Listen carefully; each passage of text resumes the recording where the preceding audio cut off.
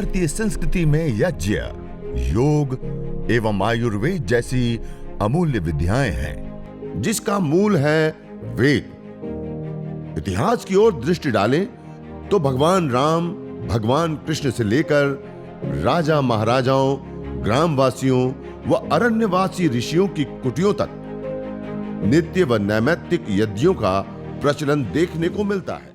Brain tumour को यज्ञ चिकित्सा से सफल चिकित्सा प्रदान करके ठीक करने वाले हमारे आदरणीय डॉक्टर हमारे बीच में हैं, डॉक्टर तारा सिंह जी। और पेशेंट भी यहाँ पे सामने है, बहन भावना बहन, उनकी चिकित्सा हो चुकी है और 7 साल से वो स्वस्थ है, अन्यथा उनका जीना भी मुश्किल था। 7 साल से नए जीवन को जी रही है, 7 साल से उनको कोई प्रॉब्लम नहीं है, ब्रेन ट्यूमर की पेशेंट है। जयेश और भावना बहन बहुत परेशान थे। दवाई दी तो ऐसी लगती थी कि बेचारी बहुत डरी हुई है और ये बहुत सीरियस है, लेकिन जैसे जैसे जैसे हवन में यज्ञ में बैठते गए और रोजाना इनका कॉन्फिडेंस बढ़ता गया, डे बाय डे, जब इनकी नॉर्मल रिपोर्ट आई, भावना बहन बहुत खुश हो गई। उसे उम्मीद भी नहीं थी कि ऐसा रिजल्ट आएगा और आज पर्यंत बिल्कुल स्वस्थ है, अपना घर का काम सब कर रही है और अभी कोई प्रॉब्लम है नहीं किसी तरह की। और ईश्वर की कृपा से, यज्ञ भगवान की कृपा से, दैनिक यज्ञ इसको भरोसा था और उससे इतना प्रभाव पड़ा कि वो बिल्कुल कार्सिनोमा सेल बिल्कुल खत्म हो गया। जबकि आपने सुना होगा का ऑपरेशन करने के बाद कार्सिनोमा सेल बिल्कुल जड़ से खत्म नहीं होता, उसको दोबारा से वो एक्टिव हो जाता है और जिंदगी लेके जाता है।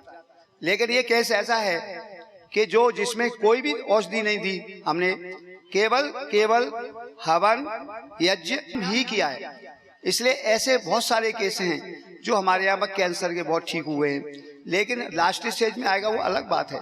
लेकिन अगर नॉर्मल है, फर्स्ट स्टेज है, तो यज्ञ से ये पूरा संभव है, पूरा इलाज संभव है। इसलिए आप लोग घर में यज्ञ को अपनाएं और रोगों से मुक्ति पाएं।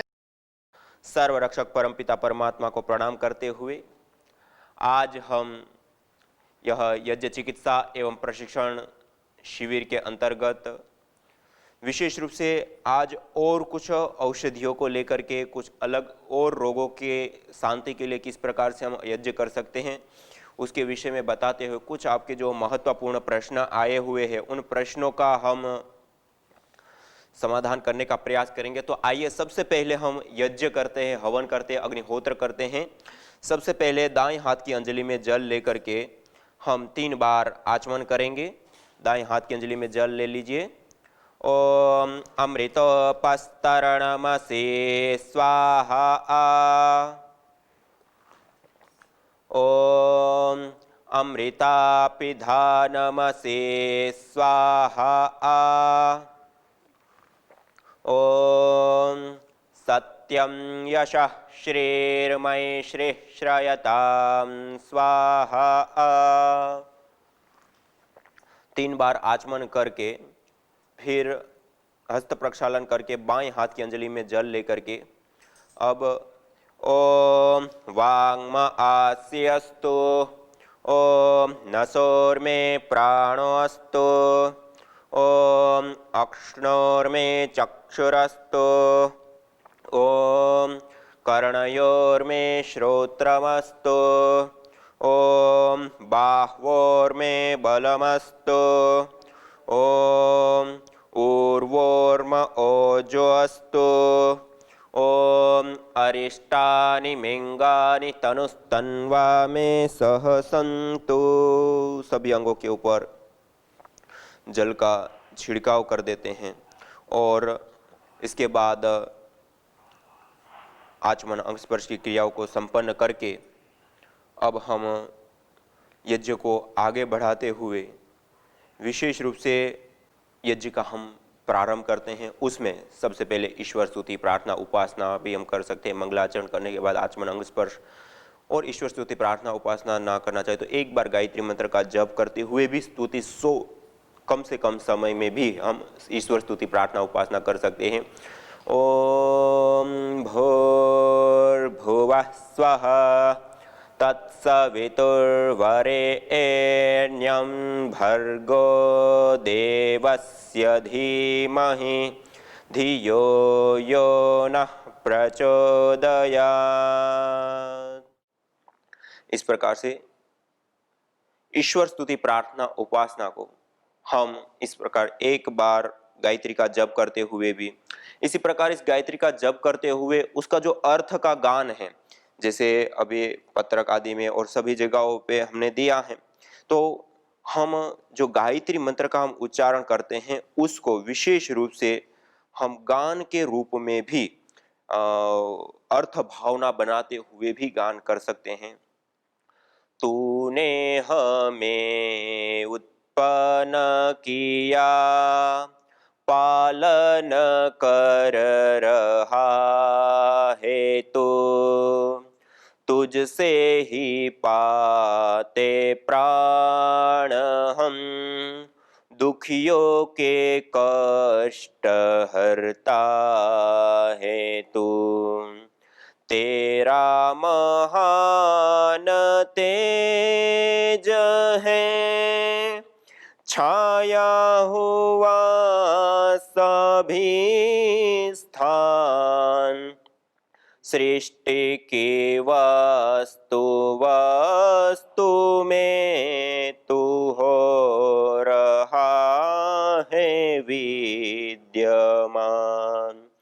तेरा ही धरते ध्यान हम, मांगते तेरी दया ईश्वर, हमारी बुद्धि को श्रेष्ठ मार्ग पर चला।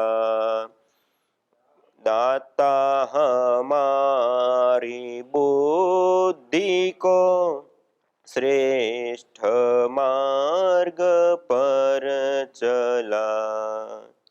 इस प्रकार से गायत्री मंत्र का गान के रूप में, अर्थ भावना के रूप में भी उच्चारण करते हुए एक बार गायत्री मंत्र का जप कर लिया और उसके बाद उसकी अर्थ की भावना बनाते हुए इस प्रकार से गान करने के बाद भी इसको हम एक रूप से ईश्वर स्तुति प्रार्थना उपासना का जो शॉर्ट फॉर्म कहे या छोटा रूप कहे या कम समय में कहे, या जिनको 8 मंत्र नहीं आता है और तात्कालिक रूप से वो जब यज्ञ शुरू करना है तो इस प्रकार से भी वह यज्ञ हवन अग्निहोत्र आदि को संपन्न कर सकते हैं। और जैसे वेदी हमने तैयार कर ली है, समिधा आदि लगा करके उसके ऊपर थोड़ा सा इस प्रकार कपूर को चूर्ण को थोड़ा सा रख देते हैं और एक टिकिया को अलग से श्रू के अंदर इस प्रकार से रख ली खड़ी, जिससे वो तुरंत ही अग्नि को पकड़ ले। और दीपक हमने तैयार करके रखा है, तो दीपक के अंदर भी थोड़ा सा हम घृत आदि का सिंचन करके और दीप प्रज्वलन सबसे पहले हम करेंगे। और दीप प्रज्वलन पूर्वक हम अग्न्याधान करते हुए आगे बढ़ते हैं 3 महाव्याहृतियों का उच्चारण करते हुए। ओम भूर्भुवः स्वाहा, ओम भूर्भुवः स्वर्द्योरिव भूम्ना पृथिवीव वरिम्ना, तस्या आस्ते पृथिवी देवयजनी पृष्ठे अग्निमन्नादमन्नाद्याया दधे। वेदी के मध्य में अग्नि को स्थापित करके दीपक को ईशान कोण के ऊपर रख देते हैं और छोटी सी एक समिधा लेकर के उसको घृत से सिंचित करके और उस अग्नि के ऊपर हम जल रख देते हैं, तो अच्छे से अग्नि प्रदीप्त हो जाती हैं, अग्नि को जल्दी से वो पकड़ लेता है। ओम उद्बुद्ध्य स्वाग्ने प्रतिजागृहे त्वमिष्टा पूर्ते सगं सृजेथामयञ्च, अस्मिन् सधस्थे अद्युत्तरस्मिन् विश्वे देवा यजमानश्च सीदत। अब समिधाधान। ओम अयंत इद्म आत्मा जातवेदस्तेनेध्यस्व वर्धस्व चेद्धवर्धय चास्मान्, प्रजया पशुभिर्ब्रह्म वर्चसे नान्न येन समेधय स्वाहा इदमग्नये जातवेदसे इदन्न मम ॐ समिधाग्निं दुवस्यत घृतैर्बोधयतातिथिम् अस्मिन् हव्या जुहोतन सोऽसविद्धाय शोचिषे घृतं तीव्रं जुहोतन अग्नये जातवेदसे स्वाहा इदमग्नये जातवेदसे इदन्न मम ॐ तन्त्वा समेद्भिरङ्गिरो घृतेन वर्धयामसि बृहच्छोचायविष्ठ्य स्वाहा इदमग्नये अंगिरसे इदन्न मम। अब पंचघृत आहुति प्रदान करेंगे। ओम अयंत एद्म आत्मा जातवेदस्तेनेध्यस्वर्धस्व चेद्धवर्धय चास्मान् प्रजया पशुभिर्ब्रह्मवर्चसेनान्नाद्येन समेधय स्वाहा इदमग्नये जातवेदसे इदन्न मम ॐ अयंत एद्म आत्मा जातवेदस्तेनेध्यस्वर्धस्व चेद्धवर्धय चास्मान् प्रजया पशुभिर्ब्रह्मवर्चसेनान्नाद्येन समेधय स्वाहा इदमग्नये जातवेदसे इदन्न मम ॐ अयंत एद्म आत्मा जातवेदस्तेनेध्यस्वर्धस्व चेद्धवर्धय चास्मान्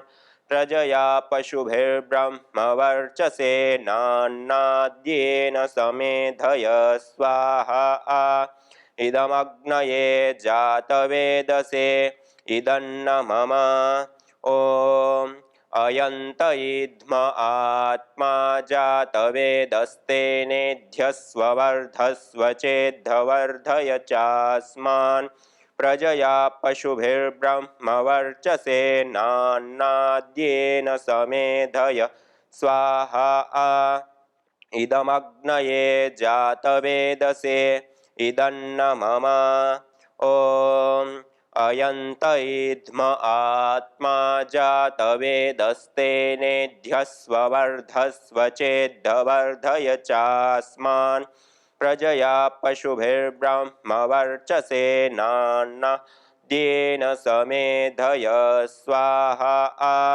इदमग्नये जातवेदसे इदन्न मम।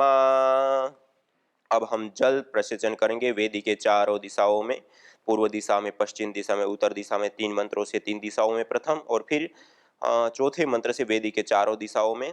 ओम आदितेनुमन्यस्व ओम अनुमतेनुमन्यस्व ओम सरस्वत्येनुमन्यस्व ओम देवसवितः प्रसूवयज्ञं प्रसूवयज्ञपतिं भगाय दिव्यो गंधर्वः केतपुः केतं नः पुनातु वाचस्पतिर्वाचन्नः स्वदतु।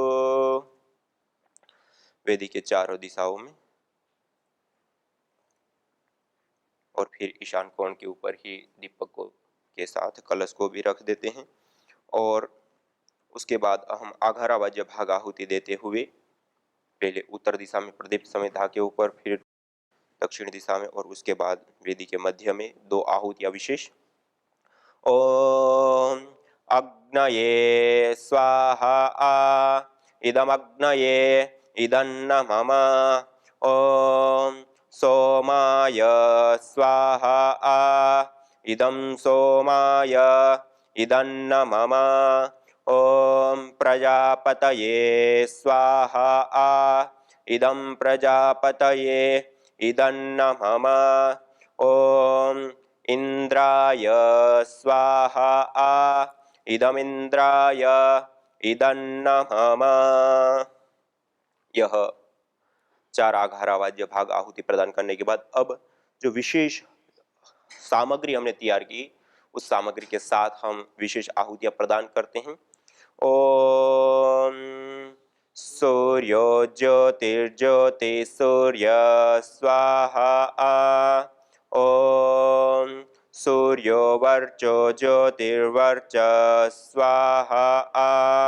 ओम ज्योति सूर्य सूर्यो ज्योति स्वाहा। ओम सजुर्देवेन सवित्रा सजुरारुषसेन्द्रवत्या जुषाणो अग्वेतो स्वाहा। ओम भूरग्नये प्राणाय स्वाहा। इदमग्नये प्राणाय इदन्नमम। ओम भुवर्वायवे पानाय स्वाहा। इदं वायवे पानाय इदन्नमम। ओम स्वरादित्याय व्यानाय स्वाहा। इदमादित्याय व्यानाय इदन्नमम। ओम भूर्भुवस्वरग्निवायवादितेभ्यः प्राणापानव्यानेभ्यः स्वाहा। इदमग्निवायवादितेभ्यः प्राणापानव्यानेभ्यः इदन्नमम। ओम आपो ज्योतिरसोमृतं ब्रह्म भूर्भुवस्वरों स्वाहा। इस प्रकार यह उभयकालीन 5 मंत्र जो विशेष है उसकी आहुति दी। सायंकाल को करते तो सायंकालीन और प्रातः काल को करते तो जैसे हमने अभी प्रातःकालीन 4 आहुतियां विशेष प्रदान की, सायंकाल को भी करते तो सायंकालीन मंत्रों की भी इसी प्रकार से 4 विशेष आहुतियां हम प्रदान करते हैं। ओम अग्निर्ज्योतिर्ज्योतिरग्नि स्वाहा। ओम अग्निर्वर्चो ज्योतिर्वर्च स्वाहा। ओम स्वाहा। ओम सजुर्देवेन सवित्रा सजुरात्रिन्द्रवत्या जुषाणो अग्निर्वेतो स्वाहा। ओम भूरग्नये प्राणाय स्वाहा। इदमग्नये प्राणाय इदन्नमम। ओम भुवर्वायवे पानाय स्वाहा। इदं वायवे पानाय इदन्नमम। ओम स्वरादित्याय व्यानाय स्वाहा। इदमादित्याय व्यानाय इदन्नमम।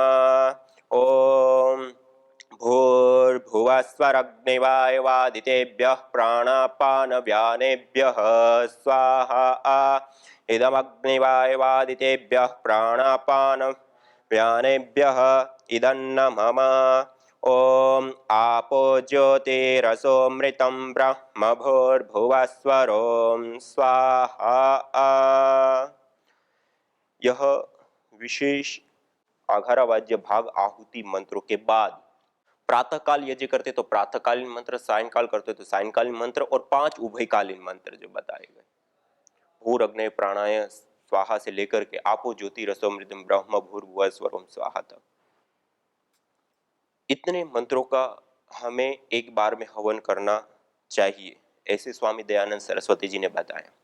और यदि हम एक समय ही करते हैं, दोनों समय यदि नहीं कर पाते हैं या नहीं करते हैं, यदि हम एक ही समय करते हैं तो एक ही समय में दोनों काल के जो मंत्र हैं, दोनों काल की जो विशेष आहुतियां हैं, उन आहुतियों को प्रदान करते हुए हम हवन करें। तो आज हमने दोनों प्रातःकालीन और सायंकालीन दोनों जो आहुतियां विशेष होती है उसको प्रदान किया। और अंतिम में ओम सर्वं वै पूर्णगं स्वाहा। ओम सर्वं वै पूर्णगं स्वाहा। ओम सर्वं वै पूर्णगं स्वाहा। इस प्रकार से पूर्णाहुति प्रदान करके संपूर्ण विश्व के मंगल की कामना करते हुए ओम सर्वे भवन्तु सुखिनः सर्वे सन्तु निरामयाः सर्वे भद्राणि पश्यन्तु मा कश्चित् दुख भाद भवे। हे ईश सब सुखी हो, कोई न हो दुखारी। सब हो निरोग भगवन, धन धान्य के भंडारे। सब भद्र भाव देखे, सन्मार्ग के पथिक हो। दुखिया न कोई होवे, सृष्टि में प्राण धारी। हे ईश सब सुखी हो, कोई न हो दुखारी। सब हो निरोग भगवन, धन धान्य के भंडारी। इस प्रकार से प्रार्थना, स्तुति, उपासना प्रभु की करते हुए अंतिम में 3 बार शांति शांति शांति, आध्यात्मिक, आधिदैविक और आधि भौतिक तीनों प्रकारों के तापों से हे प्रभु, हे ईश्वर, हमें शांति प्रदान कीजिए। इस भावना से युक्त होते हुए ओम शांति शांति शांति ओम। ऐसे यह देव यज्ञ अग्निहोत्र हमारा संपन्न हो गया। आज आपको विशेष रूप से कुछ महत्वपूर्ण औषधियों से आज परिचय कराऊंगा और खास करके यज्ञ चिकित्सा के माध्यम से जो अलग अलग बीमारी की हम चर्चा करते हुए आ रहे हैं, उसमें से एक रोग जिसको पूरी दुनिया में यदि देखा जाए तो सर्वाधिक जिस रोग से कहीं ना कहीं व्यक्ति पीड़ित होता है या रहता है, वह रोग है चर्म रोग। चर्म रोग होने के अनेकों कारण हैं। शरीर के अंदर जो विटामिन, न्यूट्रिएंट, केमिकल्स आदि जो मेंटेन होना चाहिए वो मेंटेन ना रहने के कारण भी हो सकता है। इससे अतिरिक्त खान पान व्यवस्थित ना होने के कारण, खून अशुद्ध हो जाने के कारण, पेट साफ ना होने के कारण और भी बहुत सारे कारण चर्म रोगों के होने के। और यहाँ तक कि आयुर्वेद शास्त्रों में कुष्ठ आदि कुछ ऐसे रोग होते हैं जिसको पूर्व जन्मों का कर्माशय भी कारण माना गया है। तो कर्मों के आधार पे भी चर्म रोग आदि प्राप्त होते हैं। तो उन रोगों का इलाज या उन रोगों का निदान कैसे हम प्राप्त कर सकते हैं, और वह भी यज्ञ के माध्यम से। तो आज हम विशेष रूप से त्वक कांति हवन सामग्री, त्वक कांति हवन सामग्री वह हवन सामग्री है जिन जड़ी बूटियों के विशेष सम्मिश्रण से के प्रयोग करने से विशेष करके हमारे शरीर में त्वचा से संबंधित जितने भी रोग दोष हैं उनसे निजात पाने के लिए, उससे मुक्ति पाने के लिए, उन रोगों को दूर करने के लिए विशेष करके जो लाभकारी जड़ी बूटियां वो आज विशेष रूप से मेरे सामने रखी हुई है, जो चर्म रोगों को विशेष करके ठीक करने में लाभदायक होती हैं। और हमने कई सारे लोगों को इस यज्ञ चिकित्सा को अपना करके जो चर्म रोग है उसके ऊपर लाभ प्राप्त होते हुए देखे। और उसमें एक संतोष आटेकर, उनका एक्सीडेंट हो गया था और एक्सीडेंट होने के बाद इतना बड़ा घाव हो गया और धीरे धीरे वो बढ़ता जा रहा था। ना उनको डायबिटीज है ना कोई ऐसी कोई दूसरी प्रॉब्लम थी, नॉर्मल अवस्था में एक्सीडेंट हुआ था और वो घाव पैर में इतना हो गया कि हमारे से देखा ना जाए। और करीब 8 से 9 साल हो गए लेकिन वो घाव भर नहीं रहा था, अभी तो वो बढ़ रहा था और हम देखें तो हमारी रूह कांप जाए, मतलब देखा ना जाए ऐसा घाव था।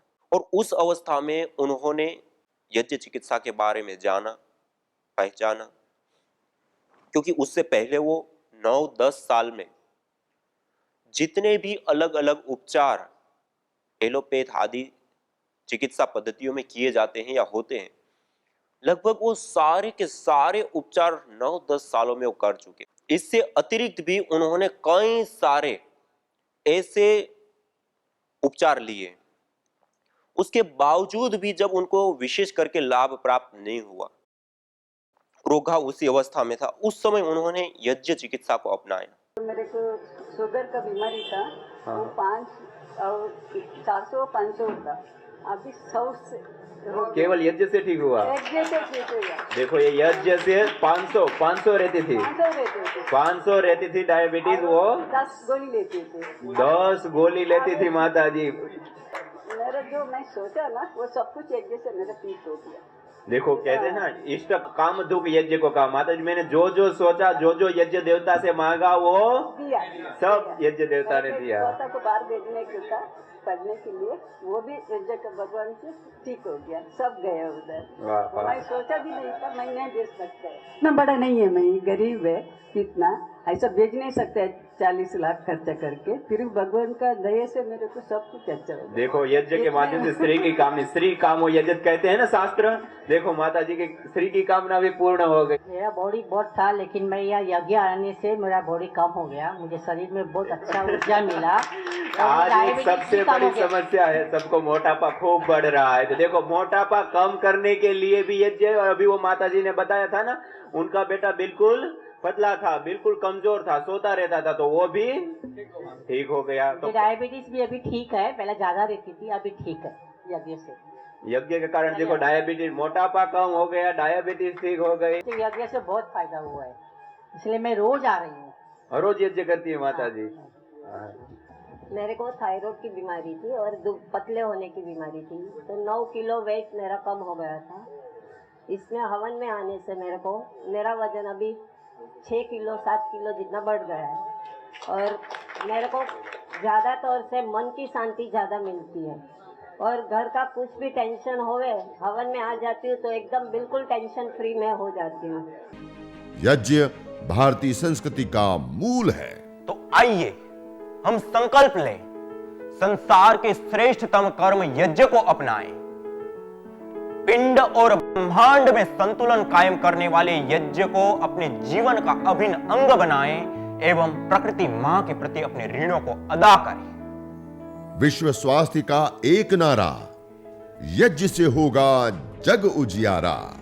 भारतीय संस्कृति की अमूल्य विरासत यज्ञ की महिमा को जानने हेतु वैदिक चैनल पर प्रतिदिन प्रातः एवं सायं 11:30 बजे यज्ञ महिमा कार्यक्रम से जुड़ें।